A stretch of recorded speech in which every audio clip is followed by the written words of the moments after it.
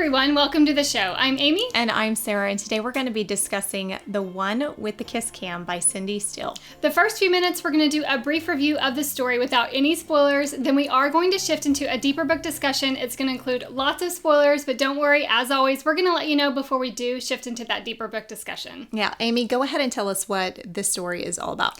When a woman who goes on a blind date at a basketball game that's not going well, the Kiss Cam pairs her with a handsome stranger sitting next to her. They build a connection, and this rom-com is her story of healing from fear and self-worth. Sarah, what did you think about The One with the Kiss Cam? This story was a chef's kiss from beginning to end. Exquisite. The humor, the banter, the flirting, the tension.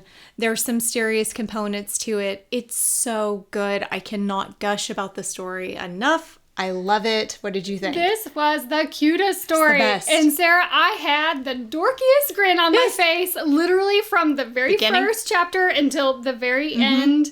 I loved the male main character in this story so much.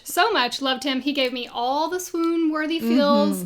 And this was a cozy palate cleanser, in my opinion. Yes. And a great rom-com. Yeah. All right, let's get into those ratings. Angst. Okay, angst. This was just like a 0.75 for me. I did 0.5. Very close. I didn't feel angst. It's definitely a light story. Humor. It was a 3. Okay. It was funny. I love it. It was so good throughout. I just laughed so much. I loved it. I gave it a 2.5. It's definitely a light story. Some cute, humorous parts. I enjoyed it. Spiciness. It's like a 1, and mainly because there's so much flirting and tension. It could probably be lower. Why are you looking higher, lower? No, that felt high to me. It is, and I will be clear. It's not a spicy book, but there was so much. There's one scene where there's just, it's good. Leaves a lot to the imagination. I did 0.25. Because it's mostly, few kisses and it's flirting. a clean story. Let me be clear. It's clean, but there's tension and there's a lot of flirting. Yes. And so that's like... True. It's not spice, intimate spice. It's spice like there's a lot of flirting. Yeah, I like it. It's just good. Yeah, it's so good. Tears. 0.75. Okay, I did 0. Really? Yeah. Like you didn't feel sad at all for her and like her situation? Okay, fine. A 0.25. Yeah, that's fine. It's definitely a light, feel-good story to me. It is a light, feel-good story.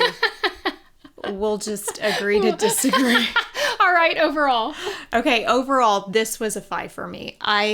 I love this story. It was the perfect way to kick off spring. It was just... I gave it a 4.5. I loved it so, was a delight. So much. It gave me all the warm fuzzies, like I said, and that huge dorky grin that I had on my face, which just... it made me feel so good. I wanted this to be a rom-com movie. It would make the best rom-com movie. It really would. And you don't like books to movies, so for you to say that... whew. I don't, and you can come at me all day long. I just feel like they should not be done because they're never as good. They're never as good. But this one... it could make a good one. It could make a good one. It really could make a good one. I want to see the basketball scene at the beginning. Yeah. I just think that would be so funny. It would be a delight. Okay. That concludes the spoiler-free quick review of this story. Now we're going to shift into a deeper book discussion. So if you would like to continue with us on that journey, simply click the link below or open any podcast platform and search Post-Book Depression. Then we would love to connect with you on social media. You can find us on Instagram at Post-Book Depression Podcast, on Facebook in our Post-Book Depression discussion group. You can also email us at postbookdepressionpodcast@gmail.com.